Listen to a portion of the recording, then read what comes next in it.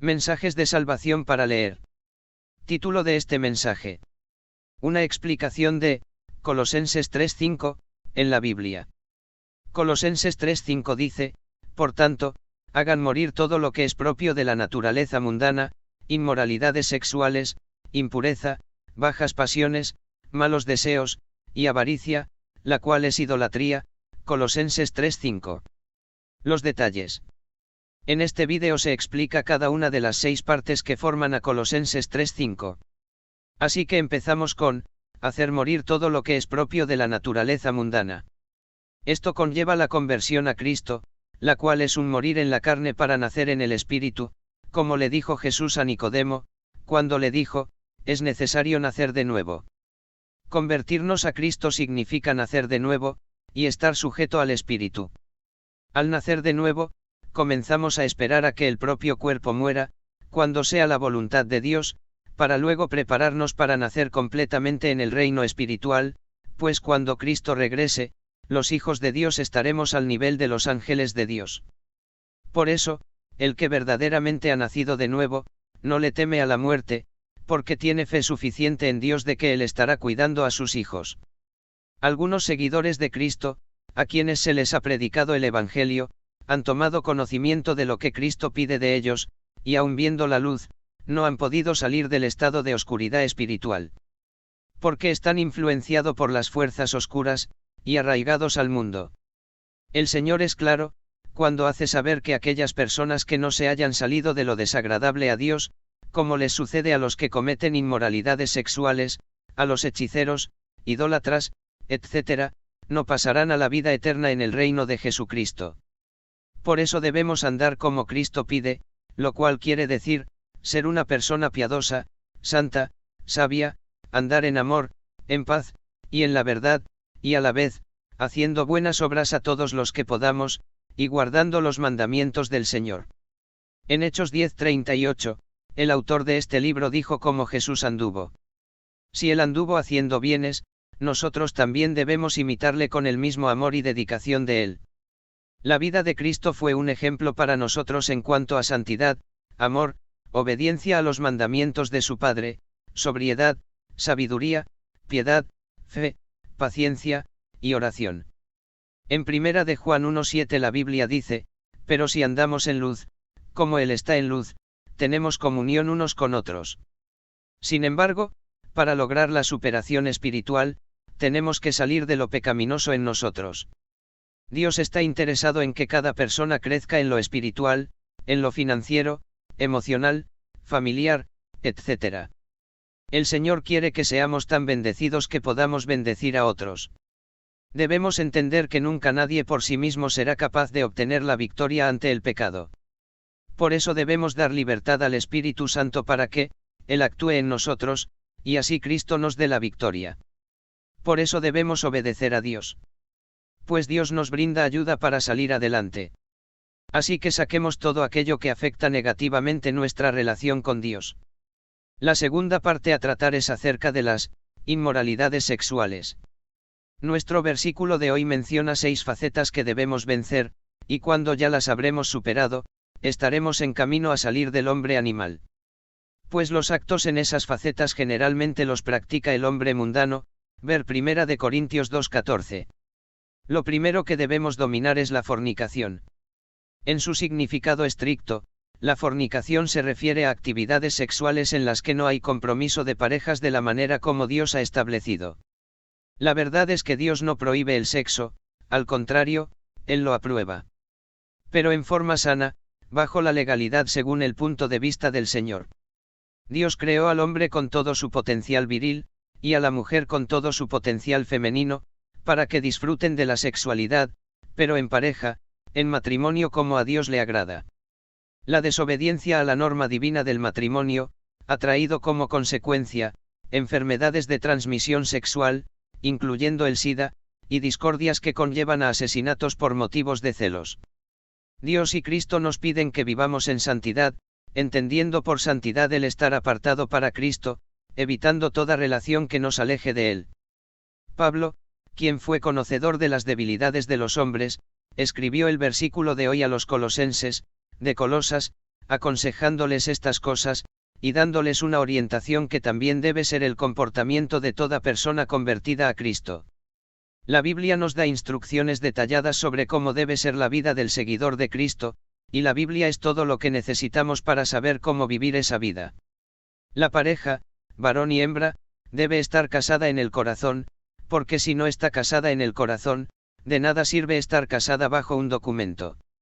Las parejas juntadas todavía les falta completar el compromiso matrimonial, pero si no están casados de corazón, aunque estén bajo un documento, hay peligro de un divorcio. Los que se juntan, han apenas formado una relación temporal, y deben declarar y cumplir sus responsabilidades ante Dios.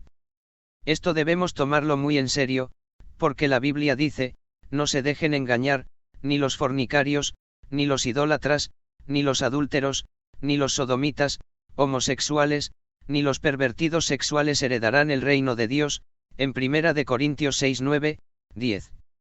En términos bíblicos, toda relación sexual no dictada por Dios es inmoral, incluyendo las parejas del mismo sexo.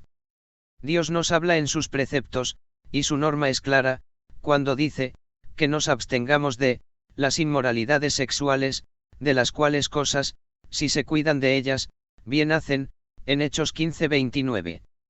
Pues la voluntad de Dios es la santificación, que nos apartemos de lo inmoral sexualmente, 1 de Tesalonicenses 4:3. El espíritu de inmoralidad sexual tiene tres aspectos. El primero se concreta en la unión de dos personas del mismo sexo. El segundo se orienta sin la participación de uno de los dos sexos, como lo hizo Onán, Génesis 38:9,10. En número 5:1-4, Dios nos revela que a Él no le agradan estas impurezas. El tercero se realiza en la mente y en el corazón, y de esto Jesucristo dijo, cualquiera que mira a una mujer para codiciarla, ya adulteró con ella en su corazón, en Mateo 5:28. Estos tres tipos de impurezas, el apóstol Pablo los señaló en este versículo de hoy. La tercera faceta a tratar en Colosenses 3:5 es, impureza.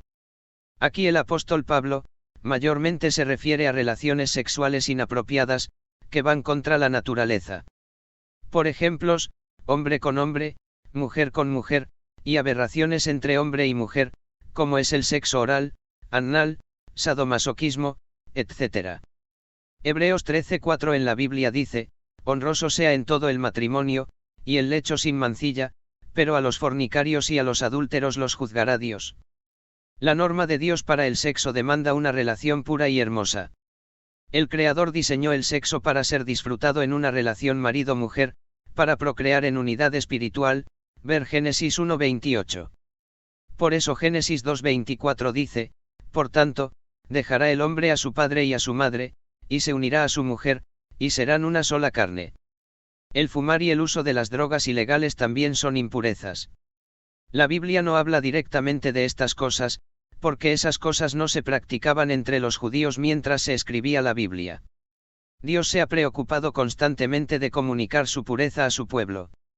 Él mandó a tener corazones puros, en Mateo 5:8, religión pura, Santiago 1:27, relaciones puras, 1 de Timoteo 5:2. La pureza cristiana nos pide que no andemos enredados en chismes y contiendas, que no insultemos a nuestros hermanos ni vecinos, porque se supone que Cristo ha transformado nuestras vidas. El Señor nos ha elegido para que formemos parte de su pueblo, Él quiere que amemos a los demás como a nosotros mismos, que seamos humildes, amables, pacientes, tolerantes los unos con los otros, aceptarnos con nuestros defectos y virtudes. Nosotros somos la Iglesia, el cuerpo del Señor, por eso debemos amarnos los unos a los otros, como Dios nos ama a nosotros. El cuarto punto mencionado en Colosenses 3:5, es, pasiones desordenadas. Generalmente las pasiones desordenadas comienzan en la juventud. Pero las pasiones más agudas para muchos jóvenes son las pasiones sexuales. Los jóvenes deberían huir de ellas en todas sus manifestaciones. Muchos creen que el pecado generado por las pasiones sexuales no es tan grave. Pero ante Dios es pecado de todos modos. Y muchas veces conducen a los pecados más graves, que son, el adulterio, la fornicación, la homosexualidad, el lesbianismo, la bestialidad, etc.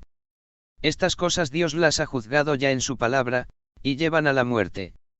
Segunda de Timoteo 2:22 dice, huye también de las pasiones juveniles, y sigue la justicia, la fe, el amor, y la paz, con los que de corazón limpio invocan al Señor. Gálatas 5:24 en la Biblia dice, pero los que son de Cristo han crucificado la carne con sus pasiones y deseos. Una de las maneras más eficaces para vencer el pecado es la de querer agradar a Dios con nuestras vidas. Cuando estamos dispuestos en nuestro espíritu a ser guiados por Dios, entonces vemos que lo podemos hacer. Delante de Dios, nosotros hemos sido diseñados para manifestar pureza y santificación. Toda área de nuestra vida debe ser limpiada de pecado, y Dios nos ha dado su Espíritu Santo quien nos ayuda en esta tarea. La mayoría de los pecados de inmoralidad, tiene que ver con la mente y los pensamientos. Por eso es allí donde debemos ir a solucionarlos. Dios nos da mandamiento de que quitemos de nosotros las maneras de pensar que tienen que ver con la naturaleza pecaminosa, y que nos movamos a la manera de pensar que agrade a Él. Está al alcance de la voluntad del seguidor de Cristo, el poder para despojarse del viejo hombre, su naturaleza pecaminosa. Los deseos pecaminosos en el Hijo de Dios no desaparecen, pero ahora tenemos el poder para vencerlos, Romanos 6:6, 7, 12,13. El pecado produce un efecto espiritual negativo, pues separa al hombre de su comunión con Dios, para llevarlo a vivir sujeto a las pasiones de la carne. El final de ese proceso, es lo que llamamos, muerte espiritual. La quinta faceta del versículo, son los malos deseos. El apóstol Pablo dice que debemos dar muerte a todos los malos deseos. Es decir, nosotros somos los que tenemos que darles muerte en nuestra mente y en nuestro cuerpo a todos los malos deseos. Cuando Pablo habla de malos deseos, nos está diciendo que debemos dominarlos, porque la carne siempre se va a querer imponerse en contra del espíritu. Las tentaciones van a llegar, pero nosotros con la mente de Cristo, podemos ejercer dominio sobre esas pasiones. El Señor Jesucristo desea que cuando Él venga en gloria, también nosotros seamos glorificados, para poder levantarnos y estar siempre con Él. Nos pide que, nos revistamos del hombre nuevo, que empecemos a vivir, de acuerdo a sus enseñanzas, y luchando constantemente para poder sujetar al hombre viejo. El Señor sabe que todo lo malo que aprendimos antes de conocerle, más la herencia del pecado, están arraigados en nuestra vida, y por eso nos dice en su palabra, que nos vistamos del hombre nuevo, el cual se va transformando conforme a la imagen del que lo creó, Colosenses 3:9-10. Conforme buscamos más de Él, nosotros vamos cambiando. Solo se trata de obedecer y luchar. Santiago 1:12-15 dice, bienaventurado el varón que soporta la tentación, porque cuando haya resistido la prueba, recibirá la corona de vida, que Dios ha prometido a los que le aman. Cuando alguno es tentado, no diga que es tentado de parte de Dios, porque Dios no puede ser tentado por el mal, ni él tienta a nadie, sino que cada uno es tentado, cuando de su propia concupiscencia es atraído y seducido. Entonces la concupiscencia, después que ha concebido, da a luz el pecado, y el pecado, siendo consumado, da a luz la muerte. La sexta y última faceta es, la avaricia, que es idolatría. La avaricia, es un deseo desmedido de riquezas, nada más para poseerla, es un deseo de poseer cosas que a veces no están a nuestro alcance, y esto llega a convertirse en codicia. El Señor dice, busca primeramente el reino de Dios y su justicia y las demás cosas vendrán por añadidura, en Mateo 6:33. Es decir, el Señor sabe de qué cosas tenemos necesidades, y Él las va añadiendo a nuestra vida, siempre que le busquemos a Él primeramente en espíritu y en verdad. Esto no quiere decir que no debemos tener un buen carro, una buena casa, un buen empleo, un buen negocio, etc.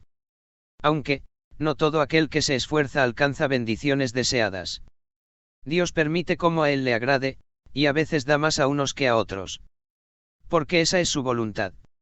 Lo que el Señor prohíbe es, el afán desmedido por el dinero y las riquezas, el amontonar bienes terrenales, sin darle al prójimo, al menesteroso, sin dar para la obra de Dios. Pablo dice que vivir pendiente de las riquezas, eso trae desvelos, y es igual que ser idólatra. Él les dijo a los colosenses que estas cosas causan la ira de Dios. Nosotros sabemos que Dios es amor, pero que también es fuego consumidor, ver Hebreos 12:29. Él dice que su ira viene contra los hijos de desobediencia, y Pablo dijo, ustedes también se comportaban así, antes de conocer a Cristo, ver Romanos 11:30, Colosenses 1:21, 3:7.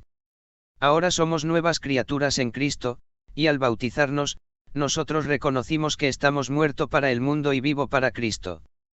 Es decir, somos nuevas criaturas en Cristo Jesús, Señor nuestro. Las cosas viejas pasaron y todas son hechas nuevas, 2 de Corintios 5:17.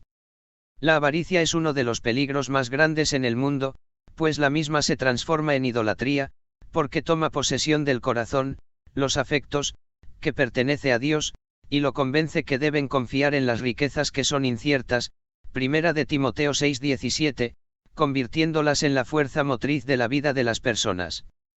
Jesús advirtió de este mal en el Sermón del Monte.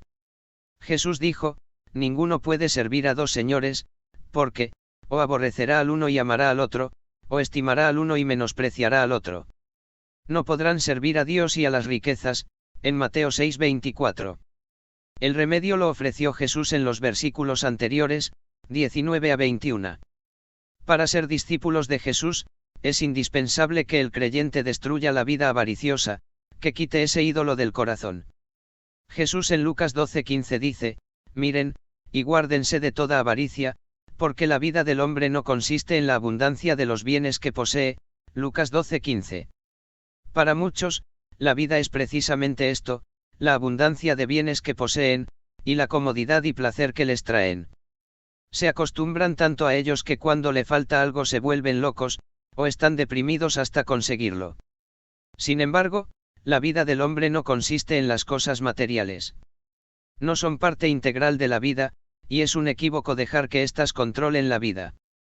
Muchos son muy pequeños con riquezas, otros son muy grandes sin riquezas. Por eso Jesús apunta al hombre hacia una posesión más valiosa. La vida abundante nos la describe Jesús en Juan 10:10, que es la vida verdadera. Recordemos el ejemplo de Jesús mismo, en Lucas 9:58. Él no tenía posesión alguna, pero él convertía en hechos, en él mismo, todos sus sermones. La idolatría consiste en honrar a los creados en lugar de dar honor al Creador. El avaro en Dios a su riqueza, que es lo mismo que postrarse ante los ídolos en adoración y veneración. En sentido amplio, según la Biblia, la idolatría no requiere una imagen material ni un sistema religioso desarrollado. Puede ser cualquier cosa que toma el lugar que le pertenece solo a Dios, así, Pablo llama, idolatría, a los malos deseos y a la codicia. Los idólatras serán condenados al castigo eterno, pues la Biblia dice, los cobardes e incrédulos, los abominables y homicidas, los fornicarios y hechiceros, los idólatras y todos los mentirosos tendrán su parte en el lago que arde con fuego y azufre, que es la muerte segunda, en Apocalipsis 22:15. Conclusión, debemos ser hombres y mujeres según Cristo, haciendo morir lo terrenal, despojándonos del viejo hombre, y vistiéndonos del nuevo hombre. Es importante ser hombres según Cristo, para tener una vida más dedicada al Señor. El apóstol Pablo hace una invitación a dejar la vana manera de vivir, y buscar las cosas de Dios. Cuando el Espíritu de Dios viene a morar en nuestro ser, nosotros nos convertimos en Cristo. Pablo lo dice de esta manera, con Cristo estoy juntamente crucificado, y ya no vivo yo, mas vive Cristo en mí, y lo que ahora vivo en la carne, lo vivo en la fe del Hijo de Dios, el cual me amó y se entregó a sí mismo por mí, en Gálatas 2:20. La conversión a Cristo es una obra que solo Dios la puede hacer. Al aparecer el Espíritu de Jesucristo en la persona, ésta se convierte de un hombre, o mujer, natural, a un hijo de Dios, como está dicho en Juan 1:12-14, que dice, a todos los que le recibieron, a los que creen en su nombre, les dio potestad de ser hechos hijos de Dios, los cuales no son engendrados de sangre, ni de voluntad de carne, ni de voluntad de varón, sino de Dios. Que Dios bendiga a usted.